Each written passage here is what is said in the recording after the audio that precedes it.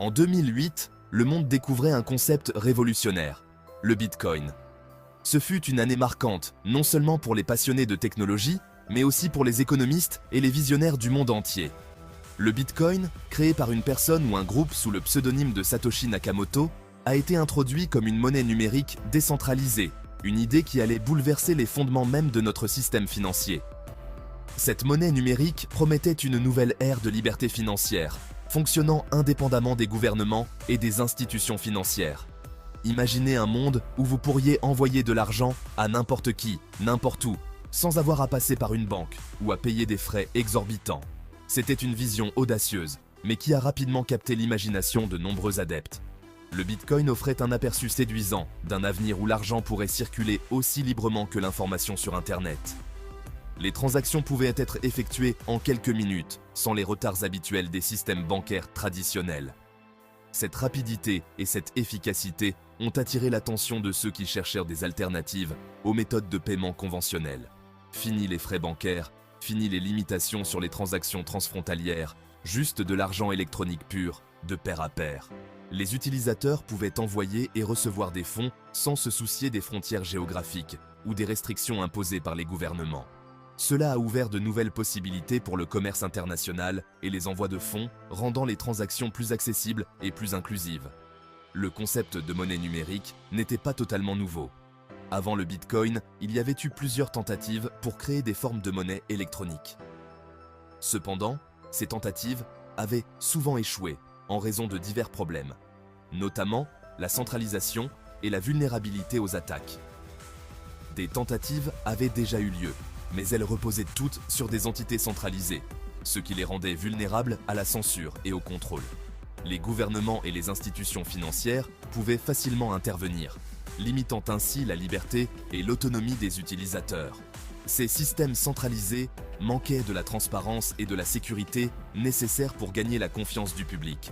Le génie du Bitcoin résidait dans sa nature décentralisée, construite sur une technologie révolutionnaire connue sous le nom de blockchain. La blockchain est un registre public et immuable qui enregistre toutes les transactions effectuées avec le Bitcoin. Chaque transaction est vérifiée par un réseau de nœuds indépendants, rendant le système extrêmement résistant aux fraudes et aux manipulations. Ce système ingénieux garantirait la transparence, la sécurité et surtout l'indépendance vis-à-vis de tout contrôle centralisé. Les utilisateurs pouvaient vérifier eux-mêmes l'intégrité du système, ce qui renforçait la confiance et l'adoption de cette nouvelle forme de monnaie. La décentralisation signifiait également que le Bitcoin ne pouvait pas être facilement arrêté ou censuré par une seule entité. La naissance du Bitcoin a marqué un tournant dans l'histoire de la finance. Pour la première fois, une monnaie numérique décentralisée et sécurisée était disponible pour le grand public. Cela a ouvert la voie à de nouvelles innovations et a inspiré la création de nombreuses autres crypto-monnaies. Il remettait en question l'ordre établi, offrant une alternative au système financier traditionnel que beaucoup en étaient venus à considérer avec scepticisme et méfiance. Les crises financières et les scandales bancaires avaient érodé la confiance du public dans les institutions financières traditionnelles, et le Bitcoin est apparu comme une solution potentielle à ces problèmes. Que le Bitcoin réussisse ou non à atteindre ses objectifs ambitieux restait à voir, mais une chose était certaine. Il avait déclenché une révolution qui allait changer à jamais notre façon de penser la monnaie.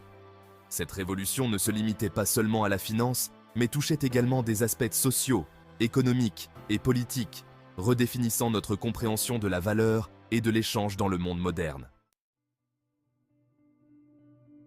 Les origines du Bitcoin sont entourées de mystères.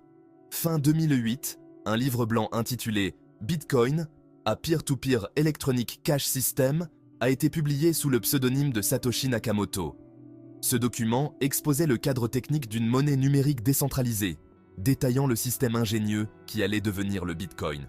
Malgré de nombreuses tentatives pour découvrir la véritable identité derrière ce nom, Satoshi Nakamoto reste un mystère à ce jour.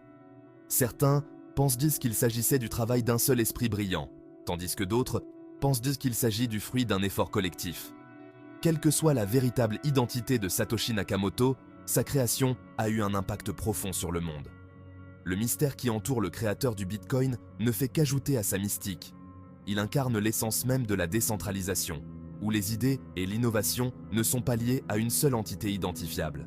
Cet anonymat a également contribué à la résilience du Bitcoin. Sans chef de file à cibler, il résiste à la censure et au contrôle de toute entité unique. Au cœur du Bitcoin se trouve la blockchain, une technologie révolutionnaire qui sert de registre public, transparent et sécurisé pour toutes les transactions en Bitcoins. Imaginez un livre numérique où chaque transaction est enregistrée sur une page. Chaque page, ou bloc, est liée à la précédente, formant ainsi une chaîne d'informations inviolable. Cette chaîne est constamment mise à jour et vérifiée par un réseau d'ordinateurs répartis dans le monde entier. La nature décentralisée de la blockchain est sa plus grande force. Contrairement au système financier traditionnel qui repose sur des autorités centrales, la blockchain est maintenue par le consensus de ses utilisateurs. Cela signifie qu'aucune entité unique n'a le contrôle du réseau. C'est comme un jeu de tir à la corde mondiale, où aucun participant ne peut prendre le dessus sur la force collective des autres. Cette architecture distribuée garantit l'intégrité et la sécurité du réseau Bitcoin. Chaque transaction est vérifiée et ajoutée à la blockchain par un processus appelé minage, que nous examinerons en détail plus tard. La transparence de la blockchain favorise également la confiance, car chacun peut vérifier l'historique complet des transactions à tout moment. À la recherche de l'or numérique. Le processus d'ajout de nouveaux blocs à la blockchain Bitcoin est connu sous le nom de minage. C'est une activité essentielle qui permet de maintenir l'intégrité et la sécurité du réseau Bitcoin. Il s'agit d'un processus gourmand en calcul où des ordinateurs spécialisés, appelés mineurs, sont en compétition pour résoudre des problèmes mathématiques complexes. Ces problèmes ne sont pas de simples équations. Ils nécessitent une puissance de calcul immense et une grande quantité d'énergie. Le premier mineur à résoudre le problème peut ajouter le bloc suivant à la chaîne et est récompensé par la création de nouveaux bitcoins. Cette récompense est une incitation pour les mineurs à continuer de sécuriser le réseau. Imaginez le minage de bitcoins comme une course mondiale, où les mineurs sont constamment en compétition pour résoudre le prochain puzzle. Cette compétition est féroce et se déroule dans des centres de données répartis dans le monde entier. La difficulté des puzzles s'ajuste automatiquement, ce qui garantit que de nouveaux blocs sont ajoutés à la blockchain à un rythme constant, quel que soit le nombre de mineurs participants. Ce mécanisme d'ajustement est crucial pour maintenir l'équilibre du réseau. Ce processus est crucial pour maintenir la sécurité et la stabilité du réseau Bitcoin. Sans cette sécurité, le réseau serait vulnérable aux attaques et aux manipulations. Le minage a plusieurs objectifs. Il ne s'agit pas seulement de créer de nouveaux bitcoins, mais aussi de vérifier et de valider les transactions sur le réseau. Il sécurise le réseau en faisant en sorte qu'il soit coûteux, en termes de calcul, pour une seule entité, de manipuler la blockchain. Cela rend le réseau résistant aux attaques et aux tentatives de fraude. Il introduit également de nouveaux bitcoins en circulation, imitant la façon dont les banques centrales émettent la monnaie fiduciaire. Cependant, le processus est décentralisé et transparent, contrairement au système bancaire traditionnel. Cependant, contrairement aux banques centrales, le taux d'émission du Bitcoin est prédéterminé et diminue avec le temps, ce qui limite l'offre totale à 21 millions de Bitcoins. Cette rareté programmée est l'une des caractéristiques les plus distinctives du Bitcoin, le rendant potentiellement plus précieux à mesure que la demande augmente. En fin de compte, le minage de Bitcoin peut être comparé à la ruée vers l'or du passé. Tout comme les chercheurs d'or cherchaient à découvrir des pépites précieuses, les mineurs de Bitcoin cherchent à résoudre des puzzles complexes pour obtenir des récompenses numériques. Mais au lieu de pioches et de pelles, ils utilisent des ordinateurs puissants et des algorithmes sophistiqués. À l'avenir, le minage de Bitcoin pourrait devenir encore plus innovant, avec des fermes de minage alimentées par des sources d'énergie renouvelables pour réduire l'empreinte carbone.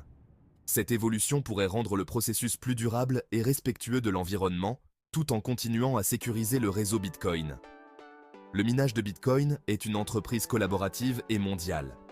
Les mineurs, bien qu'en compétition, travaillent ensemble pour maintenir la robustesse et la sécurité du réseau. C'est cette collaboration qui fait du Bitcoin un système unique et résilient. Le Bitcoin dans votre poche. Acquérir des bitcoins est plus facile que jamais.